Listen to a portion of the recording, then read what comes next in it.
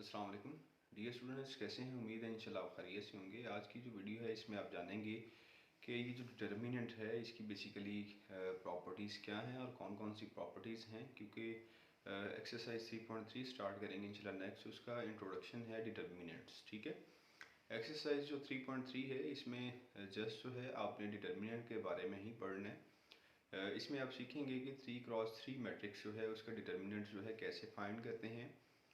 लेकिन determinant find करने के लिए आपको ये प्रॉपर्टीज़ जो हैं ये सीखना पड़ेंगी। चलिए स्टार्ट करते हैं।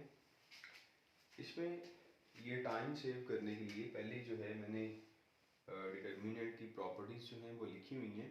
इसमें जो फर्स्ट प्रॉपर्टी है वन बाय वन जो है सारी डिस्कस करते हैं। फर्स्ट प्रॉपर्टी है कि for a square matrix A determinant of matrix A जो है वो इक्वल होगा उसके ट्रांसपोज के डिटर्मिनेंट के इक्वल। और एक बात और याद रखिए, ये जो डिटर्मिनेंट की प्रॉपर्टी है बेसिकली ये स्क्वायर मैट्रिक्स के लिए होती है।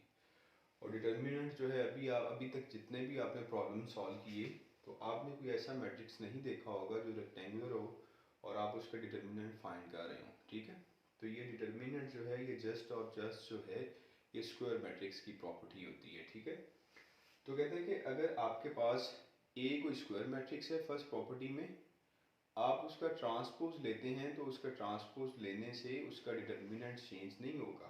मतलब ये ट्रांसपोज लेने से किसी भी मैट्रिक्स का डिटर्मिनेंट चेंज नहीं होता, वही जो है उसका डिटर्मिनेंट आएगा जो ट्रांसपोज से पहले होगा। ये फर्स्ट प्रॉपर्टी के मुताबिक है। ठीक है, सेकेंड प्रॉपर्टी ये है बाय इंटरचेंजिंग टू रोज और two columns in A square matrix determinant of negative. जब आप किसी स्क्वायर मैट्रिक्स का डिटर्मिनेंट फाइंड कर रहे हो और आप कोई भी दो रोज जो हैं या कोई दो कॉलम्स जो हैं उन्हें इंटरचेंज करते हैं, मतलब ये फर्स्ट रो जो है उसकी जगह पे सेकंड ले आए या सेकंड जो है उसकी जगह पे फर्स्ट रो ले आए। इसी तरह से कॉलम अगर चेंज करते हैं, जब भी आप रो या कॉलम चेंज करेंगे तो आपका डिटर्मिनेंट जो है वो नेगेटिव हो जाएगा। ठीक है, लेकिन सपोज करें कि आपने एक रो को दूसरी रो से इंटरचेंज कर दिया, डिटर्मिनेंट नेगेटिव, लेकिन आप एक और ऑपरेशन करते हैं, मतलब फिर एक और को एक दूसरी रो से चेंज कर देते हैं, तो ये डबल इंटरचेंज हो गया।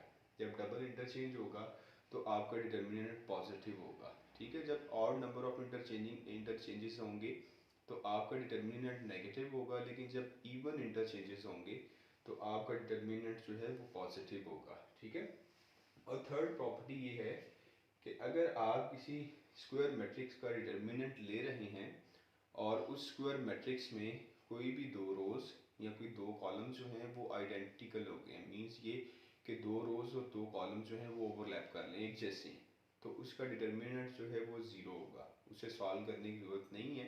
हाँ, अगर आप सॉल्व करके देखना चाहते हैं तो देख सकते हैं। कोई भी मैट्रिक्स जिसकी दो रोज या दो कॉलम जो हैं वो आइडेंटिकल हो गए तो उसका डिटर्मिनेंट जो है वो ज़ीरो होगा। अब फोर्थ प्रॉपर्टी ये है कि if all the entries of A column या रोज जो है are zero then determinant of A is zero.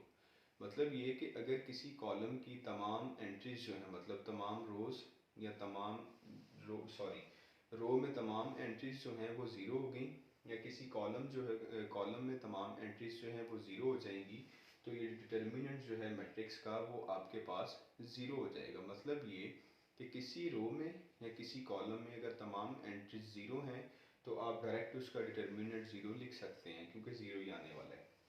अब फर्दर देखिए, पांचवी प्रॉपर्टी है इफ़ वी मल्टीप्लाई ए रो और column of A square matrix bye के।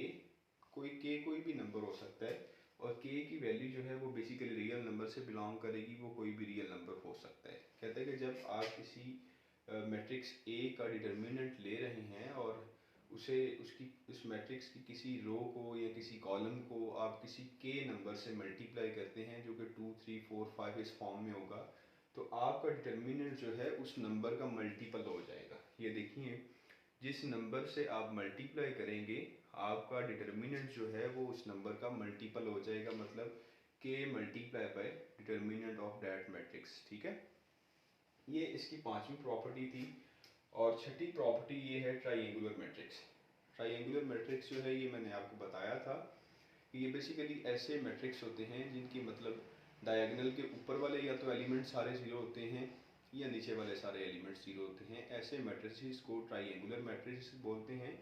अगर किसी आपके पास कोई ट्राइंगुलर मैट्रिसेस आ गया, ट्राइंगुलर मैट्रिक्स आपके पास आ गया है, तो उसका डिटर्मिनेंट जो है वो डायरेक्ट आप कैसे फाइंड करेंगे, उसके डायगोनल एलिमेंट्स जो हैं उन सबको मल्टीप्लाई कर दें तो आपके पास किसी भी ट्राइंगुलर मैट्रिक्स का डिटर्मिनेंट जो है वो आ जाया करेगा। 7 वाली जो प्रॉपर्टी है इसमें एक चीज़ नोट करिए, ये मैट्रिक्स जो है ये 2x2 का भी हो सकता है, 3x3 का भी हो सकता है, 4x4 का भी हो सकता है। अब ये आपके पास फर्स्ट कॉलम में और सेकंड कॉलम में सपोज करिए कि ये कि दो एंट्रीज जो हैं प्लस की जा रही हैं, तो ये जो प्रॉपर्टी है ये जस्ट जो है डिटर्मिनेंट के लिए वैलिड है, वैसे मैट्रिसेस के लिए नहीं है, ठीक है। उनमें ये प्रॉपर्टी सेटिस्फाई नहीं करेगी, ये जस्ट जो है डिटर्मिनेंट के लिए प्रॉपर्टी है।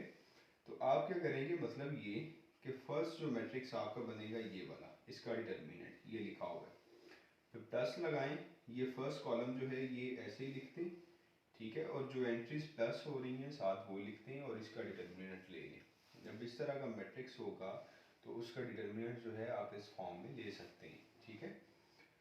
और लास्ट वाली प्रॉपर्टी ये है कि बाय एडिंग और सब्ट्रैक्टिंग सम नंबर्स इन ए रो और column determinant will not change. जब आप किसी कॉलम में या किसी रो में खुद से मतलब कोई एंट्री जो है वो प्लस कर रहे हैं या माइनस कर रहे हैं पूरी रो में या पूरे कॉलम में, तो आपका डिटर्मिनेंट जो है वो चेंज होने वाला नहीं है, डिटर्मिनेंट पे इसका कोई इफेक्ट नहीं होगा। तो ये कुछ प्रॉपर्टीज थी डिटर्मिनेंट की जो कि एक्सरसाइज 3.3 करने से पहले आपको आनी चाहिए।